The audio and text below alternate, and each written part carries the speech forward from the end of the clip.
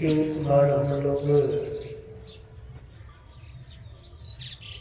बुलंद स्वर में जयकार करें ताकि मन की विकार दूर हो जाए। एक बार द्रौपदी ने आनंद मन से जयकार की। 1,66,00,000 सैनिक मारे गए। 10,000 सैनिक कुरुक्षेत्र छोड़कर भाग गए। 14,000 सैनिकों का कोई पता नहीं चला। ये बात युधिष्ठिर महाराज ने धृतराष्ट्र को सुनाया था। जब गजेंद्र को ग्राह ने पकड़ लिया त्रिकुट पर्वत के ऊपर सरोवर में, तो गजेंद्र को 60,000 बाल बच्चे थे। सुन लेते ना, ज्ञान सोच। ज्ञान को जो आदमी छोड़ देते हैं उसका क्या हाल होगा कोई ठिकाना नहीं है। गजेंद्र के हाथी बनने का कारण, अगले जन्म में गजेंद्र इंद्रधूम नाम का राजा था। और कभी कभी आप देखते हैं कि बिना बुलाए भी साधु महात्मा लोग दरवाजे पर आते हैं। कभी कभी आते हैं, सब दिन नहीं आते हैं। तो कभी कभी जब आते हैं तो बिना बुलाए भी जब संत महात्मा आ जाए तो उनके सम्मान में पीछे नहीं रहना चाहिए। साधु महात्मा कभी किसी से कुछ मांगते नहीं है, याद कर लीजिएगा। लेकिन जब उसका अपमान होता है, शास्त्रों में लिखा है कि जब अतिथि किसी के दरबार में आता है और अतिथि कहीं दरवाजे से भूखा लौट जाए तो दरवाजे वाले व्यक्ति का सब पुण्य लेकर चला जाता है उसी समय में, और उस दरवाजे पर दरिद्र छा जाता है। ऐसा शास्त्रों में लिखा है, मैं नहीं करता हूँ। इसलिए हम लोगों को सचेत होना चाहिए। तो इंद्रधूम्न के राजा इंद्रधूम्न के द्वार पर अगस्त जी महाराज आए, और इंद्रधूम्न जो था वो हाथी के तरफ बैठा रहा, हिला तक भी नहीं। अगस्त जी महाराज का कोई सम्मान नहीं किया।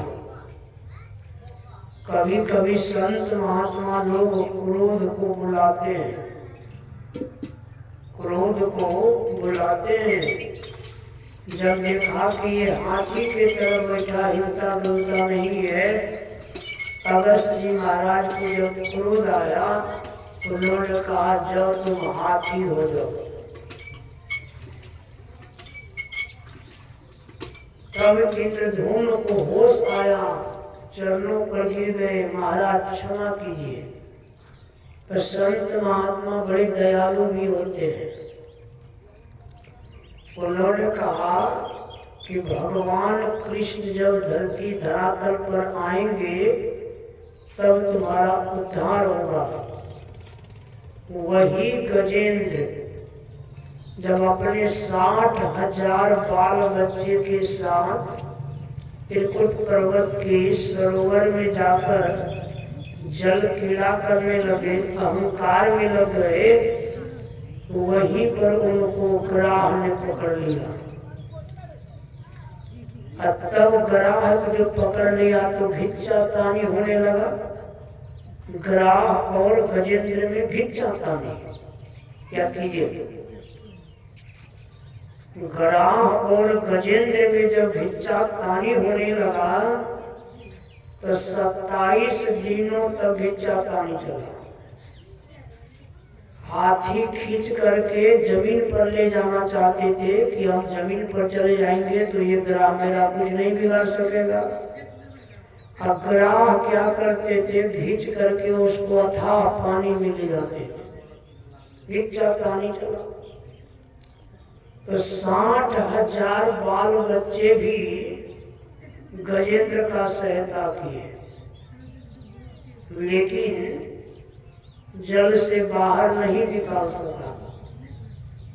सब छोड़ छोड़ कर चले गए। देखते हैं ना बच्चे लोग भी माँ बाप से कहते इलाज करते करते थे नहीं, आप नहीं लाज कहते विचार कर लीजिए। तब गजेंद्र ने देखा कि जब सब छोड़ करके चला गया तो संत महात्मा लोग कहते हारे को हरि मिले जीते जम की लार। गजेंद्र हार गए अपने मन में, अब हमारा कोई सहायता करने वाला नहीं है।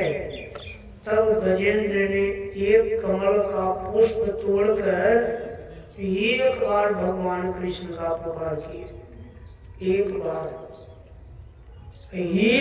जब 8 पुकार किए तो तुरंत भगवान कृष्ण उपस्थित हुए और दोनों के झंझट को छुड़ा दिए। हम लोग भी संसार के झंझट में पड़े हुए हैं। एक बार गुरुदेव का जयकार आनंद से कीजिए ना, सब दुख दूर हो जाए। बोलिए प्रेम से श्री सद्गुरु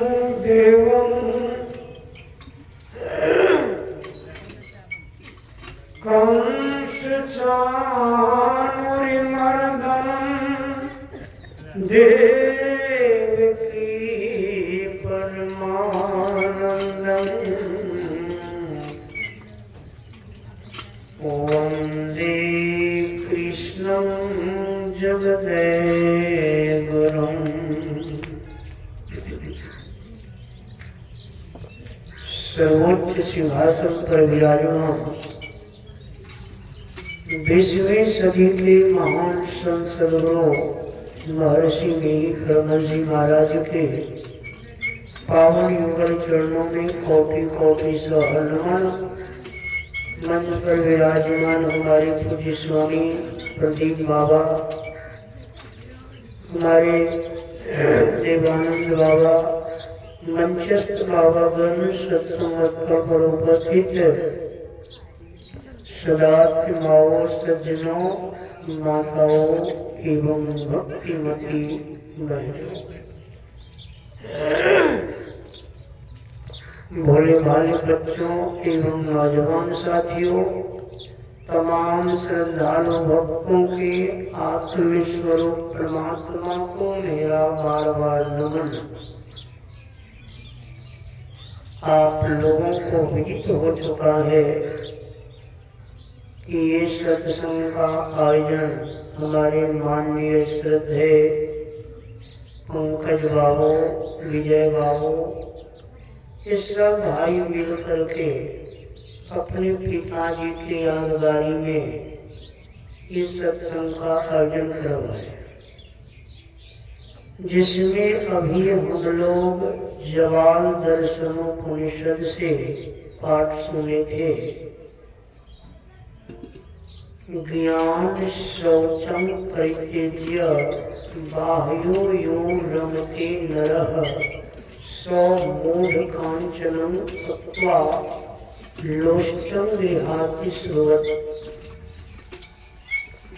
ज्ञान शौच को छोड़कर जो बाहरी शौच में लगा रहता है,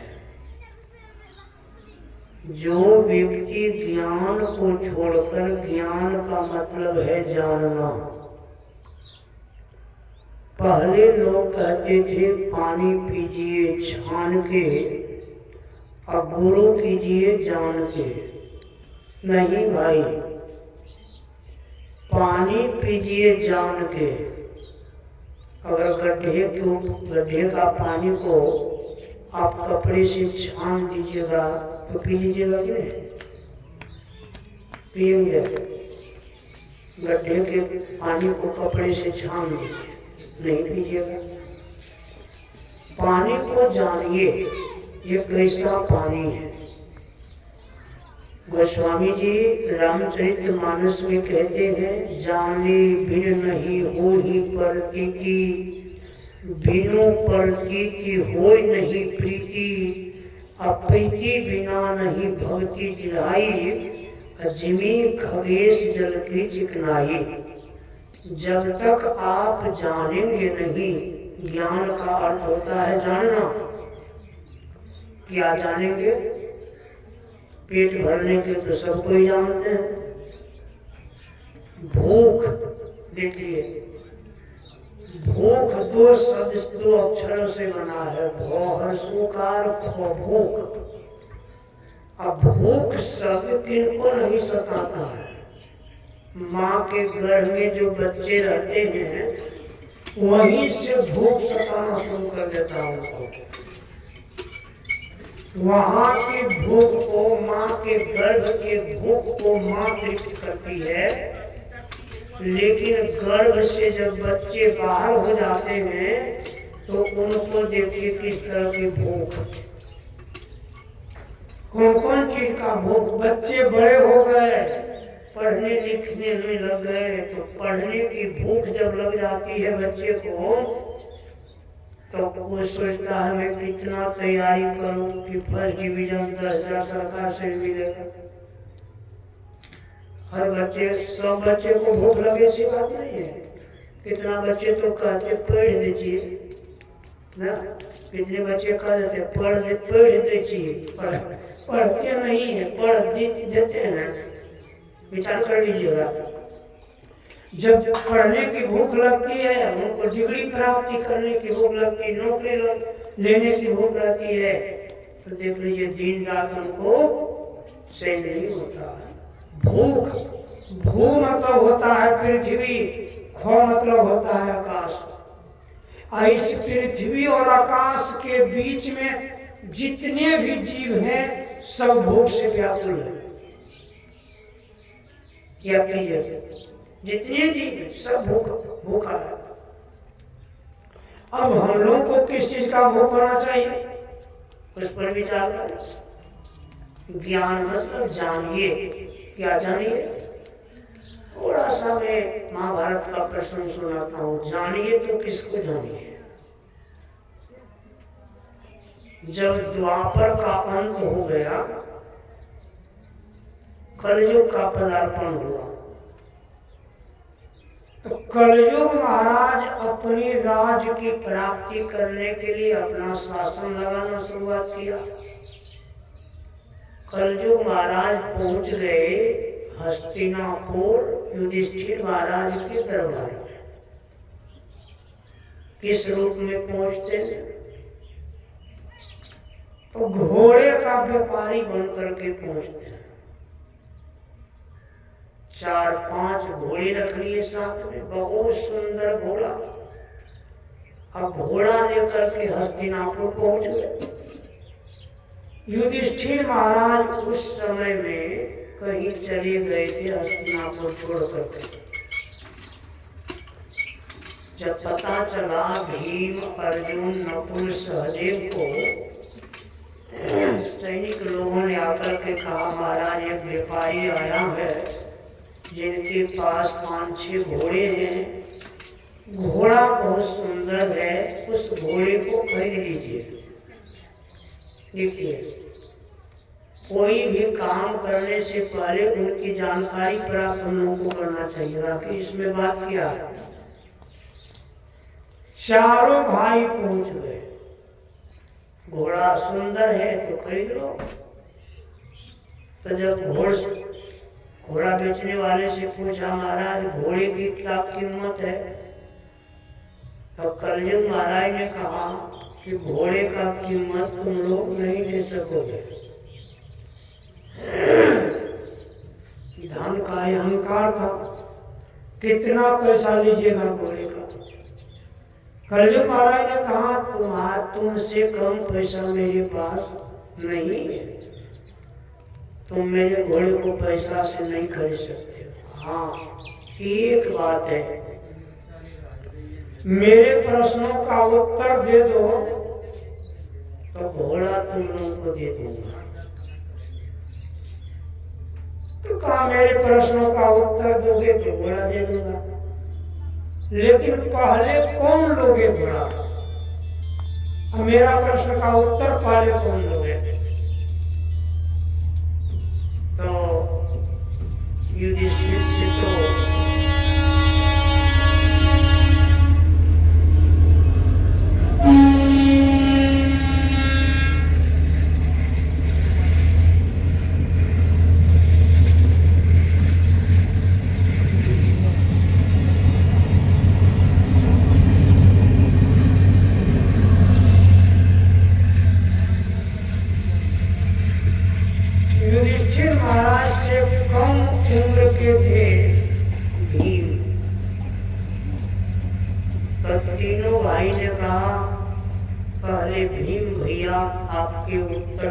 प्रश्नों का अब पहला घोड़ा वही लेते हैं। देखिए, ज्ञान क्या है? ज्ञान कहे अज्ञान बिनु, तम बिनु कहे प्रकाश, निर्गुण कहे सगुण बिनु, सो गुरु तुलसी दास।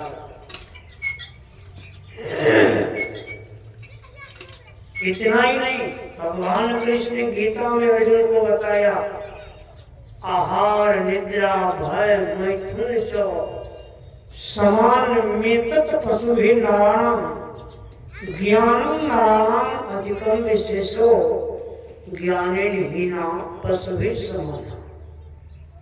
ज्ञान से हीन मनुष्य पशु के तुल्य है। अब ज्ञान देखिए क्या,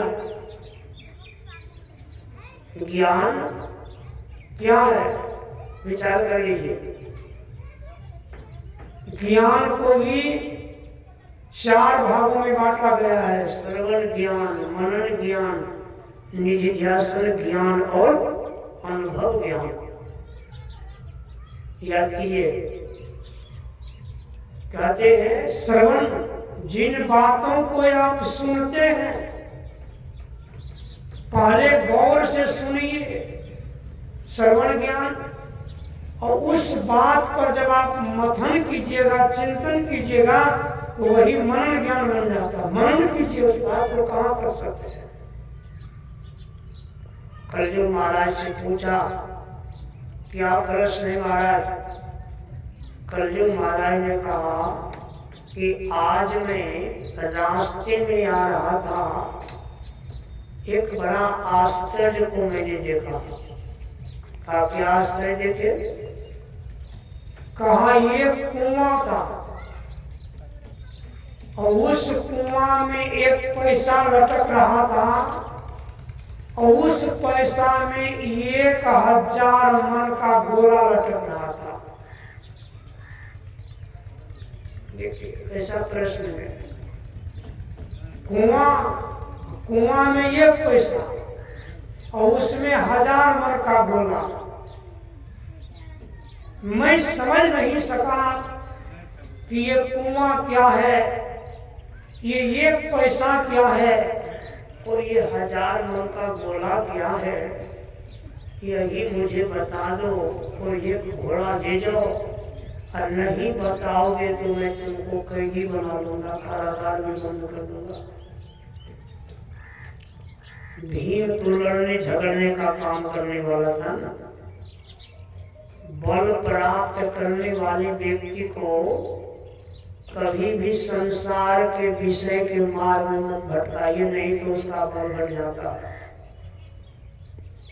अंगराज कर्ण को भी भगवान कृष्ण ने यही ज्ञान बतला करके उनके बल को हटा दिया। जब भगवान कृष्ण ने कहा कर्ण तुम तो कुंती बुआ के पुत्र हो, ज्येष्ठ बेटा हो, तुम मेरा बात मान लो, तुमको हम राजा बना देंगे। अंगराज कर्ण ने कहा आपने तो ये सुना करके हमारे बल को ही घटा दिए, बल को घटा। भीम ने उत्तर नहीं दे सका और कलयुग ने उसको बंदी बना दिया। कहा और कोई घोड़ा लोगे, तो कहा हाँ, अर्जुन के तरफ इशारा किया। अरे भीम नहीं ले सका तो अर्जुन को दे दीजिए। कहा ये भी मेरे प्रश्नों का उत्तर देंगे तब न। कहा क्या प्रश्न है? कहा प्रश्न यही है कि आज जब हम आ रहे थे रास्ते में, एक जगह मैंने एक गड्ढा, 4 गड्ढे को देखा चारों कोने पर, एक गड्ढे बीच में था, लेकिन बीच वाला गड्ढा चारों गड्ढे को भर देता था, लेकिन चारों मिल करके एक गड्ढा को नहीं भर सकता। ये मैंने बड़ा आश्चर्य देखा। इसके लिए तुम बता दो कि वह गड्ढा क्या था।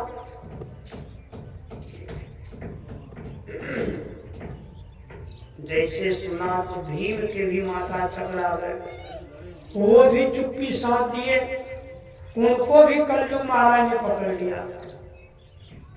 नकुल की बारी आया, कहा नकुल को दे दीजिए घोड़ा। कहा ठीक है, प्रश्न का उत्तर देगा, इसको ही दे देंगे। और नकुल से पूछा कि नकुल आज जब हम रास्ते में आ रहे थे, एक बड़ा आश्चर्य को मैंने देखा कि बछिया की दूध गाय पी रही थी। गाय की दूध न बाछी पीती है, लेकिन हम देखे कि बछिए के दूध गाय पी रही थी। मैं ये नहीं समझ सका कि आखिर ये बछिया के दूध गाय क्यों पी रही है, ये मुझको समझा दो और तुम भी घोड़ा ले जाओ। नकुल भी उत्तर नहीं दे सका और वो उनको भी पकड़ दिया। और तो एक भाई मात्र बचा, सहदेव। सहदेव ने कहा, सहदेव से कहा क्या तुम भी घोड़ा लो? कहा महाराज। सहदेव को तो बड़ा ज्ञान का अहंकार था, ज्ञानी थे। सहदेव से पूछा, सहदेव की बारी आई, सहदेव से भी कलयुग महाराज ने पूछा कि आज जब हम रास्ते में आ रहे थे, मैंने बड़ा आश्चर्य देखा कि एक पक्षी के शरीर पर राम नाम लिखा हुआ था, लेकिन वो पक्षी मांस भक्षण कर रहे थे।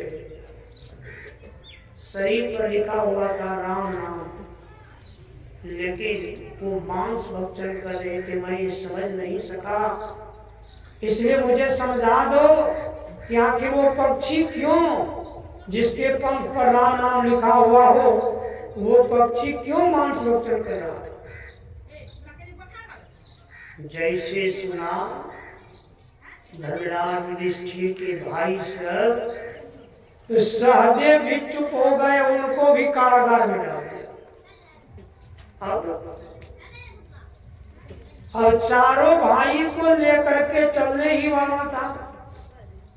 उसी समय दरबार में धर्मराज युधिष्ठिर उपस्थित हो गए। युधिष्ठिर महाराज से कहा महाराज आपके चारों भाई को पकड़ करके ले जा रहा था। कौन? कहा आपके चारों भाई को पकड़ करके एक व्यापारी ले जा रहा है। कहा हमारे भाई को व्यापारी क्यों पकड़ेंगे?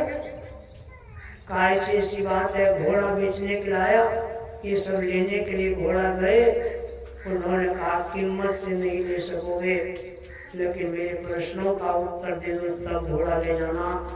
धनराज युधिष्ठिर समझ गए ये कोई महापुरुष ही होने वाले हैं, इस लाल व्यक्ति नहीं हो सकता।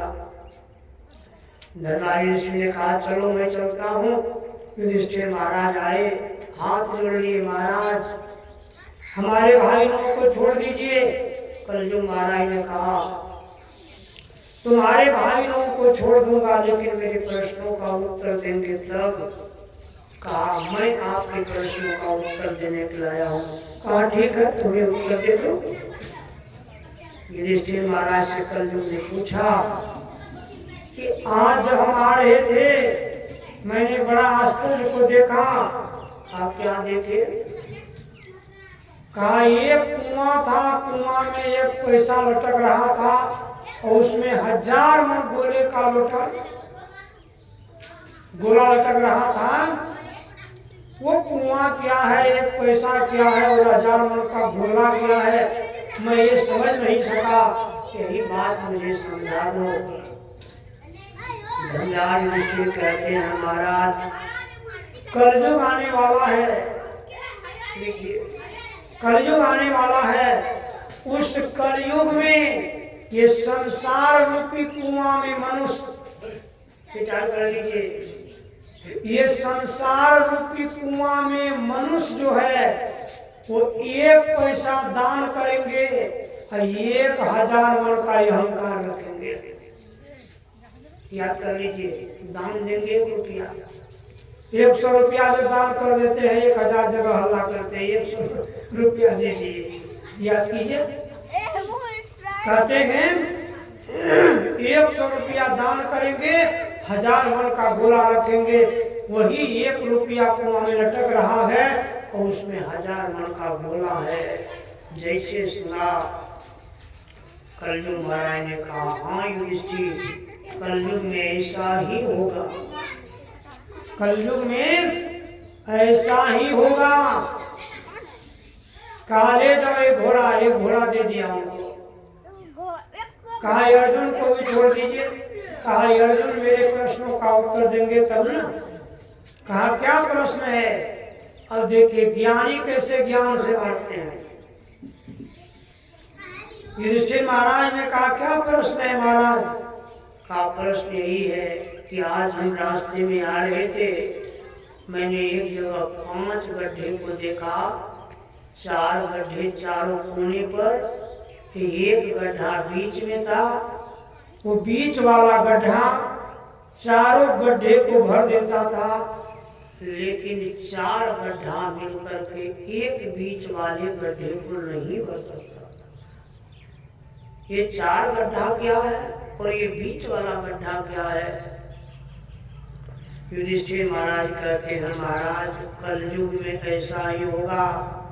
एक माँ बाप 4 बच्चे को पढ़ा लिखा करके विद्वान बना देंगे, इंजीनियर, कलेक्टर, प्रोफेसर बना देंगे, लेकिन 4 बच्चे मिलकर एक माँ बाप का भरण पोषण नहीं कर सकते। ये कलयुग में ऐसा ही होगा। युधिष्ठिर महाराज की वाणी को सुनकर कलयुग महाराज ने बड़ा प्रेम से कहा हाँ युधिष्ठिर कलयुग में ऐसा ही होगा। और दूसरा घोड़ा अर्जुन को भी दे दिया। तीसरा घोड़ा की बारी आई। कहा नकुल को भी छोड़ दीजिए। कहा मेरा प्रश्न का उत्तर देंगे तो। कहा क्या प्रश्न है? कहा आज हम रास्ते में आ रहे थे, मैंने देखा एक गौ बछिया की दूध पी रही थी। ये गौ क्या है और ये बाछी क्या है महाराज? युधिष्ठिर महाराज ने कहा कलयुग में ऐसा ही होगा। कहा कलयुग में क्या होगा? कहा कलयुग के लोग पुत्री को बेचकर उनका पैसा स्वयं खाएंगे। हानि गाय बछिया की दूध पिएगी, अर्थात बच्चियां को बेच करके लोग और उनके पैसा से गुजर करेंगे। ये कलयुग में होगा। युधिष्ठिर महाराज की वाणी को सुनकर कलयुग ने कहा, हाँ महाराज कलयुग ऐसा ही होगा। कलयुग में घोड़ा को लौटा दिया, फिर कहा चौथा भाई को छोड़िए, कहा ये मेरे प्रश्नों का उत्तर देंगे तब न। कहा क्या उत्तर, क्या प्रश्न है? कहा आज हम रास्ते में आ रहे थे, मैंने पक्षी को देखा, पक्षी बैठा हुआ था, पक्षी के पंख पर राम नाम लिखा हुआ था, लेकिन पक्षी मांस भक्षण कर रहे थे। तो युधिष्ठिर महाराज कहते हैं कलयुग में ऐसा ही होगा महाराज। कहा कैसा होगा? कहा कलयुग के लोग साधु का भेष बनाएंगे। देख लीजिए, साधु का भेष बना करके संसार को ठगने का काम करेंगे। अभी आप लोग देख सकते हैं कि साधु के रूप में बहुत ठगने वाला आता है, वो घर में घूमने वाला, ट्रेन पर घूमने वाला। रूप है साधु का, भेष है साधु का। खास करके देखते हैं वो कि चकवा सभी बवाही का रूप बना करके झोला झंडा कमंडल लेकर के चल देता है। क्या वो भी साधु है? नहीं। साधु, साधु का अर्थ होता है जो अपने को साधने में लगा हुआ रहता है। संत कबीर साहब के वाणी में है, साधु शब्द साधना कीजिए, जेही शब्द से प्रकट भय सब सोई शब्द कही लीजिए। जिन शब्दों से सबकी प्रगति उत्पत्ति हुई है उन शब्द को पकड़िए। वो शब्द को जब पकड़ लीजिएगा तब क्या हाल होगा? उनके बारे में कहते हैं शब्द खोज मन बस करे सहज ध्यान है ये। जो उस शब्द को खोज करके वश में कर लेता है तब क्या होता है? तो हमारे आराध्य कहते हैं घटतम प्रकाश व शब्द पटत्रय जीव पर है छार है कर दृष्टि और ध्वनि योग साधन ये हटाना चाहिए। इनके हटे माया हटेगी, प्रभु से होगी एकता, फिर द्वैतता नहीं कुछ रहेगी। असमरण दिल चाहिए, पाखंड यदि अहंकार तजी निष्कपट हो या दीन हो, सब कुछ समर्पण कर गुरु की सेवा करनी चाहिए। घटतम हानि, घट मतलब होता है शरीर, तम मतलब होता है अंधकार। घटतम प्रकाश, इस शरीर के अंदर में ही अंधकार है, अंधकार के बाद प्रकाश है, प्रकाश के बाद शब्द है। जो व्यक्ति अंधकार को फाड़ करके प्रकाश में चले जाते हैं, जब प्रकाश में चले जाएंगे वहां आप रूप देखना शुरू कर देंगे, आपका जीवन निहाल होना शुरू हो जाएगा। घटतम प्रकाश, प्रकाश के बाद होता है शब्द, है आ रही क्यों भटकता फिर रहा तू ये तलाशे यार में, रास्ता सहर्ग में है मुर्शद पे जाने के लिए।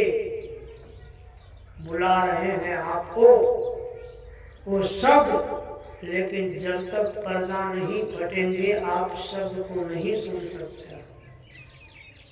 वो सदा से आपको बुला रहा है, लेकिन आप उधर नहीं जाते हैं।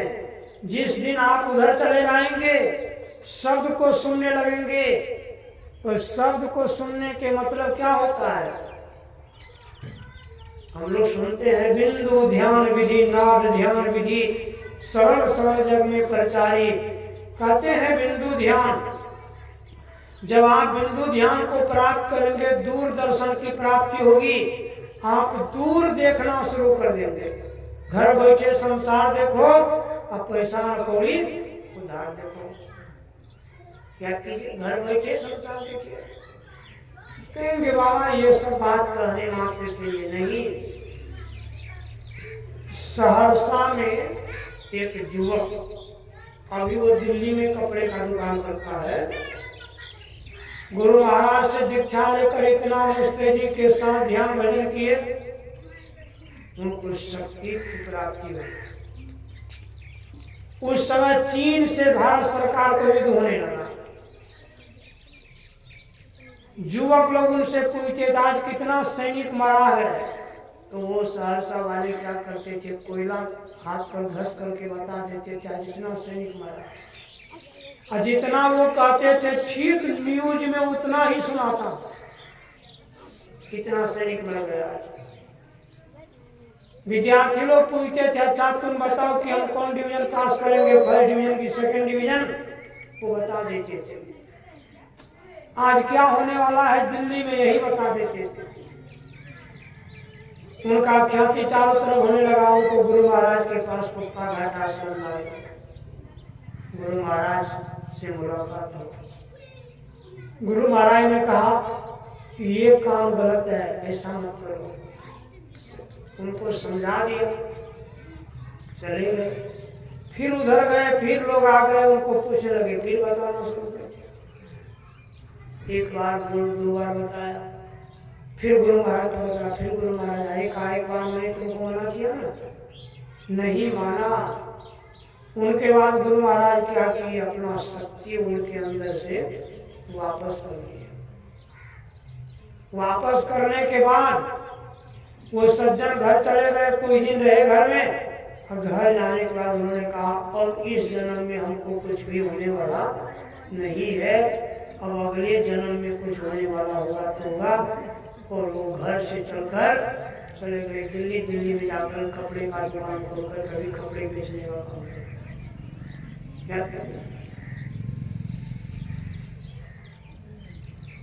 इसलिए बंधुओं जानिए पहले। पूज्य महर्षि संत सेवी जी महाराज के प्रवचन में हम सुनते हैं, भजन में एक सुनते हैं, वो कहते हैं मैं नहीं मेरा नहीं ये तन किसी का है दिया, छीन लेगा कब इसे इसका पता हमको नहीं। इसी का पता लगाने के लोग साधु महात्मा बनते हैं कि ये कब छीनेंगे, ये जाएगा कहाँ। याद कर लीजिए, जैसे हम लोग गाय या बैल को बेचने के लिए मार्केट जाते हैं, भैंस को बेचते हैं, तो जो दूध देने वाली भैंस होती है, दूध देने वाली गाय होती है, उनको जब बेचते हैं तो कोई आदमी खरीदता है, वो कहता हमारे बच्चे सब दूध खाएंगे, तो बेचने वाले को पता चल जाता है कोई किसान ही ले सकता है, क्योंकि दूध देने वाले दूध खाने लेता है। लेकिन जब खसी बकरा को ऐसे बेचने जाएंगे तब क्या मन में होगा, याद कर लीजिए। एक बकरी के बच्चे को बेचेगा तो क्या कहेंगे, राहुल होता है, आपका दिल क्या लौट कर रहा है, आपका मन क्या कर रहा है, ये तैयार होता ही देते। कहाँ जाएगा विचार कर लीजिए। हम नेपाल में किनरवा में थे, और किनरवे जहाँ हम ठहरे हुए थे उन्हीं के बगल में एक खसी बेचने का मार्केट, विशाल मार्केट में बहुत खसी बिकता हुआ। अब पहले साइकिल से लोग ले जाते थे, एक साइकिल पर 6 गो खसी। अखनियो आप मोटरसाइकिल से जाए छे, साइकिलो से ये हमरा तो नहीं देखे छी साइकिल से, मोटरसाइकिल पर देखे छी। जो तो हम बिंदेश्वरी बाबू के दरवाजे पर खड़े थे। जैसे ये रोड है ना, तो ये रोड तो बंद हो गया यहाँ पर, वो रोड मार्केट तक जाता था, जहाँ वो दुकान खसी का बेचने का हाट लगता था, वहाँ तक जाता था रोड, घूम करके थोड़ा सा। और उस रोड के बगल में उसी बिंदेश्वरी बाबू के घर के आगे में एक ट्यूबवेल था, जस्ट रोडे पर बगल में, रोड के साइड में सरकारी ट्यूबवेल था। तो वो 8-10 गो साइकिल वाला सब आया लेकर के खसी को, सब साइकिल खड़ा कर दिया वहाँ उस ट्यूबवेल के पास में, थोड़ा 2-4 कट्ठा जमीन परती पड़ा हुआ था, वहाँ सब साइकिल खड़ा कर दिया, सब खसी को उतारा साइकिल से। और उतार करके क्या किया, वो बदना लिया, बदना में पानी भरता था ट्यूबवेल से, सब खसी को पिलाता था। जैसे हम लोग गाय भैंस को दवाई पिलाते हैं, मुंह पकड़ करके, खसी का मुंह पकड़ पकड़ करके 2-2, 3-3 बदला पानी पिलाता था 1 लीटर को। और खसी से जो जोर से आवाज दिया तो हम निकल गए दरवाजे पर से, रोड पर आए देखते रहे इतना खसी। तो हम चले गए वो पानी पिलाने वाले सबके पास। मैंने कहा जी इतना पानी काहे पिलाते हैं कि पेट भर जाएगा तो। उस समय हम सादे वस्त्र पहनते थे, तो मैंने कहा पेट भर जाएगा तो क्या होगा, करके तू नहीं बुझो जाता हूँ।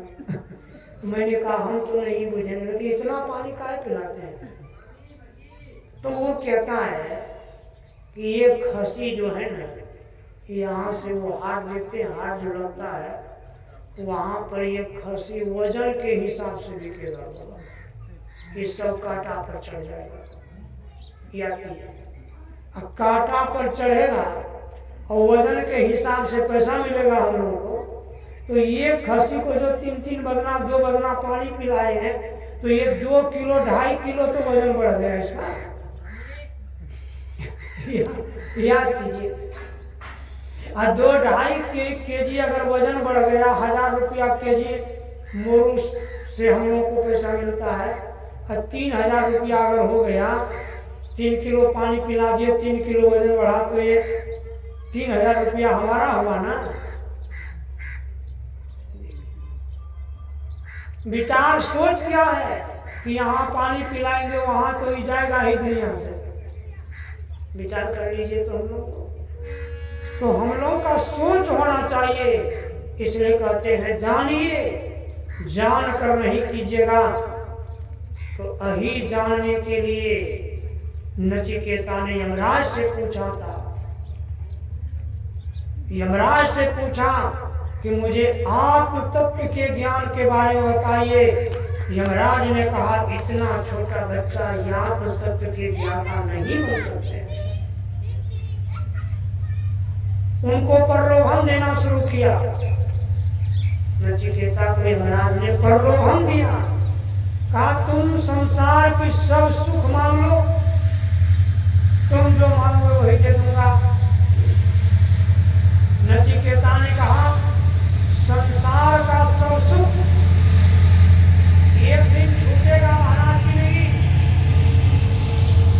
जैसे कहा एक दिन छूटेगा कि नहीं, तो कहते संसार का सब सुख एक दिन छूट जाएगा। कहा छूटने वाला वस्तु नहीं चाहिए। कहा तो स्वर्ग का ही सुख मान लो। हम लोग पढ़ते हैं स्वर्ग स्वर्ग भी अंत दुखदाई, और स्वर्ग भी अंत में दुखदाई होता है। कहा वो भी सुख नहीं चाहिए। कहा आत्मज्ञान। तब नचिकेता को यमराज ने पहले अग्नि तत्व का ज्ञान बताया कि अग्नि तत्व के ज्ञाता बनने के योग्य है कि नहीं। तो अग्नि तत्व का ज्ञाता जब उनको बता करके जब उनसे पूछा, तो जैसा यमराज ने उनको सुनाया था वैसा हूबहू सुना दिया। तब यमराज ने नचिकेता को आत्म तत्व के ज्ञान के बारे में बताया। और शब्दमय स्पर्श रूपम तथा रसम नित्यम गंधवच यत् अनादि अनंतम महतः पर भ्रुवंतन मृत्यु मुखातु प्रमुच्यते। कहा है नचिकेता, ये आत्मा और शब्द है, इनको कोई शब्द से वर्णन नहीं कर सकता। और शब्द मोह स्पर्श, इनका कोई स्पर्श नहीं कर सकता है। मरुपव्यम, ये मरने वाला नहीं है। और शब्द मोह स्पर्श मरुपव्यम तथा रसम, ये तो रस भी नहीं है। नित्य गंधवच यत्, ये नित्य जो है नहीं है। इसका न कभी मृत्यु होता है न कभी जन्म लेता है। ये और शब्द है। इसलिए हम लोग सुन रहे थे, दयानंद सरस्वती जी महाराज ने भी अपने शिष्य को यही बताया। जब दयानंद सरस्वती के शिष्य ने उनको शीशा को चूर करके पिला दिया, और जब वे पी गए, उनको पता चल गया कि मैं शीशा पी गया हूं और मेरा मृत्यु निश्चित है। उन्होंने अपने शिष्य को बुलाया, कहा देखो जी, तुमने मुझे शीशा क्यों पिलाया? कहा गुरुदेव, लोगों के कहने पर मैंने आपको पिलाया। कहा लोगों के कहने पर तुमने मुझको शीशा पिला दिया? ठीक है, ठीक है, एक काम करो, तुम यहाँ से भाग जाओ। कहा गुरुदेव, मेरे पास तो कुछ नहीं है, मैं कहाँ भागूं, कैसे भाग जाऊंगा? तब उन्होंने 30 गो रुपया निकाल करके उनको दिया और कहा लो ये रुपया, भाग करके तुम नेपाल घुस जाओ, नहीं तो हमारे अनुयायी लोगों को अगर पता चल गया कि तुमने शीशा पीस करके मुझको मार दिया है तो तुमको भी जान से मार देंगे, इसलिए तुम निकल जाओ। क्यों कि दयानंद सरस्वती जी महाराज ने अपने आप को जान लिया था, तो उन्होंने रुपया दे करके वहां से विदा हो गए। अभी हम लोग कुंभ की मेला की अपार भीड़, रोज घटना सुनते हैं और रोज भीड़ बढ़ता ही जा रहा है। क्यों भाई? ये घटना घटता है तो हम लोग वहां से भागते हैं न? और वहां घटना रोज घटता है कुछ ना कुछ, फिर भी लोगों का भीड़ क्यों? याद कीजिए, थोड़ा सा बतलाता हूँ कुंभ का मेला क्या है। दुर्वासा जी के श्राप के कारण इंद्र का बलहीन हो गया। अब बलहीन होने के कारण जब दैत्य और देवताओं में युद्ध होने लगा तो देवता लोग परास्त हो गए, कमजोर पड़ गए।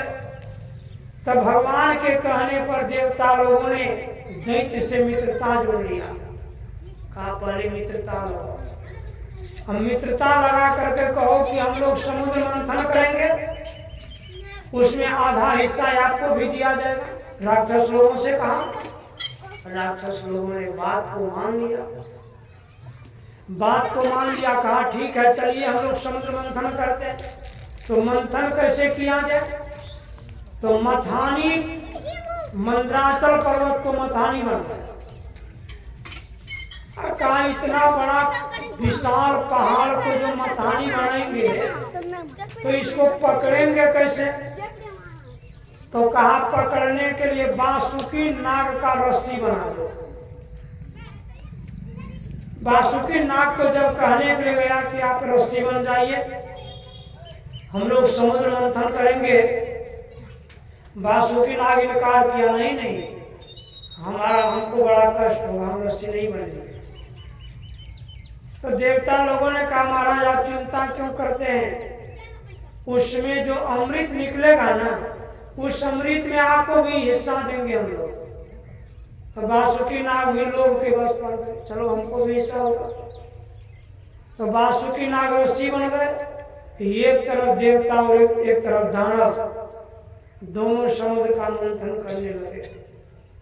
मंथन जब करने लगे तो 14 प्रकार का रत्न उसमें से निकला। सबसे पहले 20 निकला, तो जिनको भगवान शंकर ने ग्रहण किया। बहुत सारे सामान निकले, सब आपस में बांट लिया। और जब अमृत का कलश निकला, तो अमृत का कलश जब निकला तो उस समय इंद्र के पुत्र जयंत ने वो कलश को लेकर के भागना शुरू कर दिया। सबसे पहले उन्होंने भाग करके उस कलश को उज्जैन में रखा।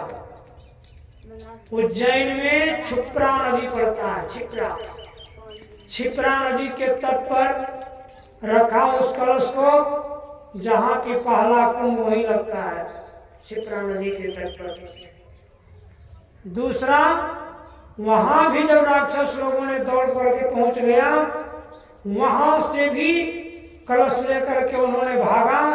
दूसरा जगह नासिक में जाकर के रखा, गोदावरी नदी के तट पर, वहां भी कुंभ का मेला लगता है।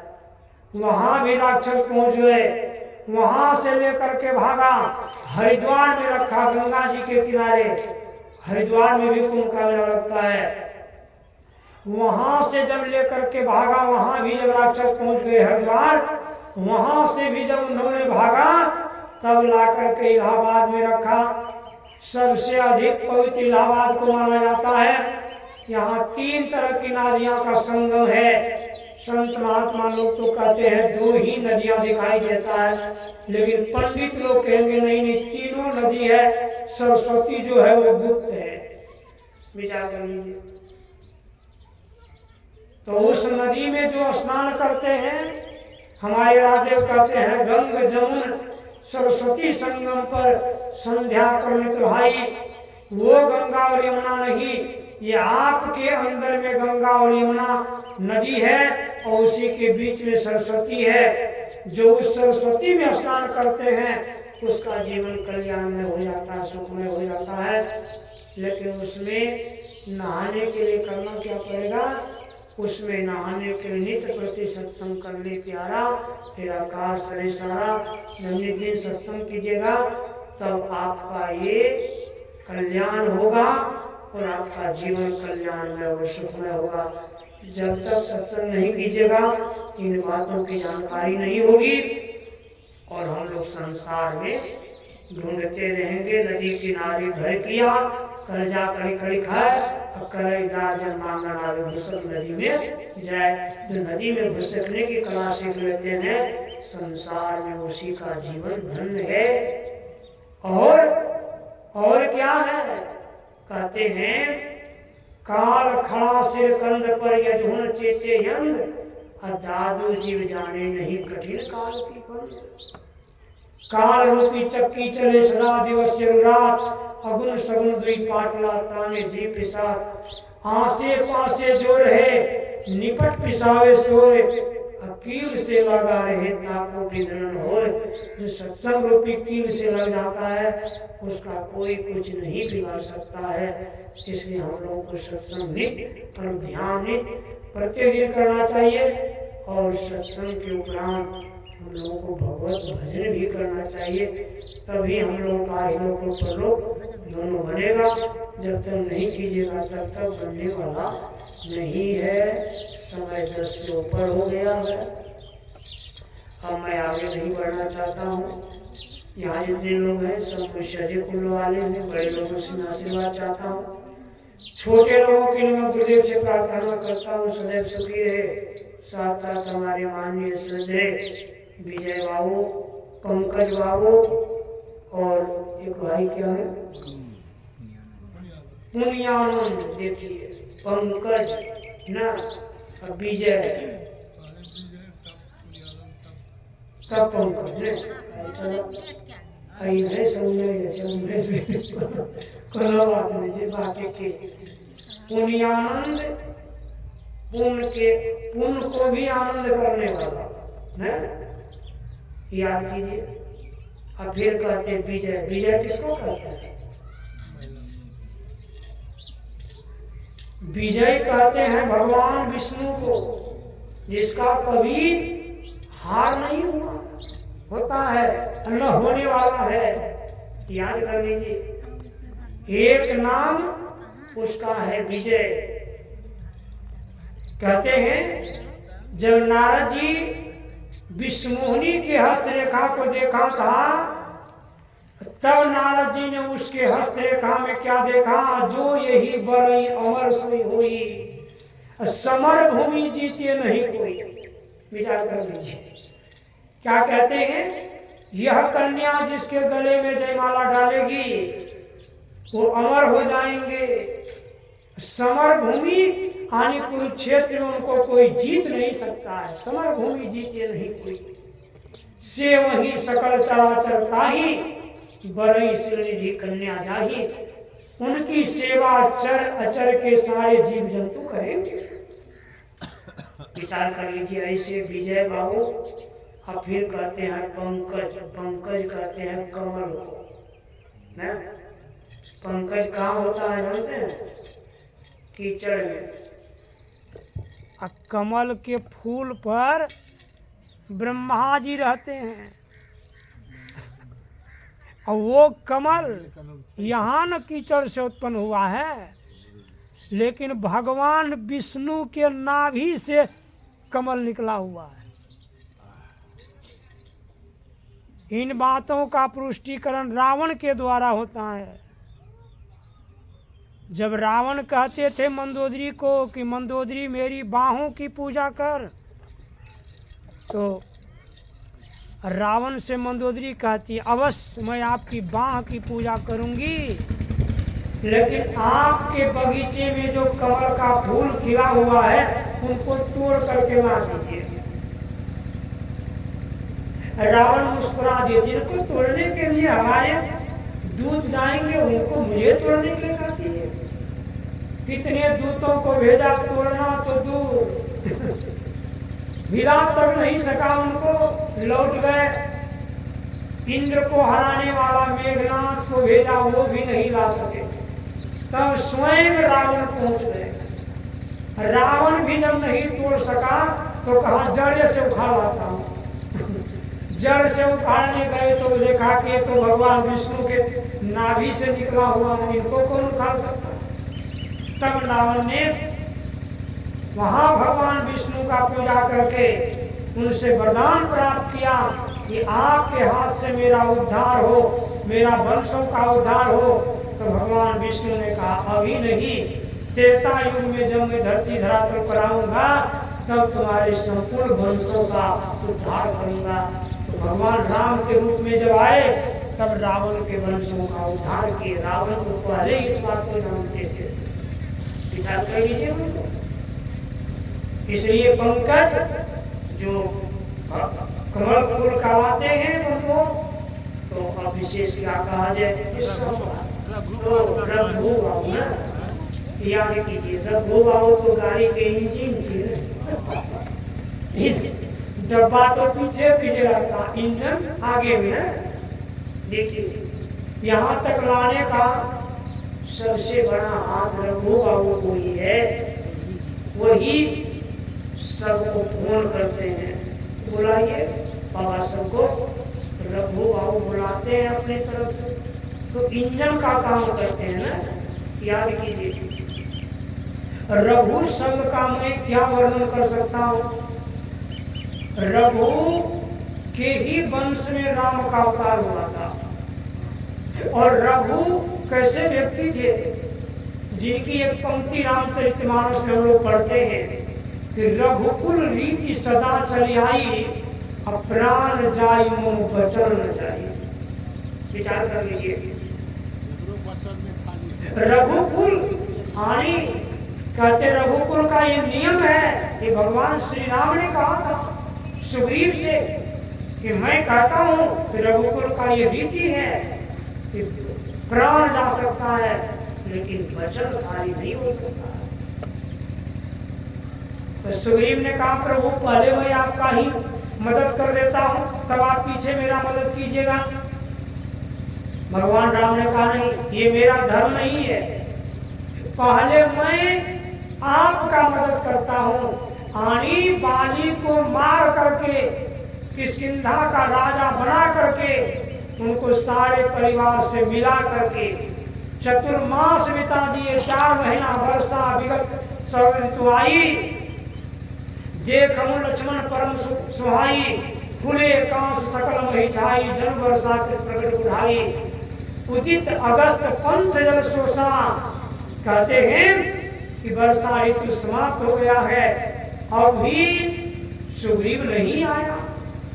देखो सुग्रीव क्या करते हैं। लक्ष्मण जी जब गए यहाँ से आवाज देते हैं, सुग्रीव क्या तुमको पता नहीं है कि जिस बाण से भगवान ने बाली का वध किया वो बाण अभी भी भगवान के तरकस में है। तब बाली ने कहा प्रभु मैं तो बंदर हूँ, हम तो यहाँ विषय में आकर के जो है लिप्त हो गए, मैं तो भूल गया था। विचार कर लीजिए। तो उन्होंने सीता का पता लगाया। इसलिए बंधु कैसे रघु बाबू इन सबों के लिए मैं गुरुदेव से प्रार्थना करता हूँ कि सब परिवार सुखी रहे, इहलोक और परलोक दोनों आप लोगों का बने। यही गुरुदेव से मेरी प्रार्थना है। और जिस बाबा के नाम पर ये सत्संग करवाए उन बाबा के लिए भी मैं गुरुदेव से प्रार्थना करता हूँ, वो जहाँ कहीं हो सुखी रहे। यही गुरुदेव से मेरी प्रार्थना है। बड़े प्रेम से श्री सद्गुरु महाराज की जय।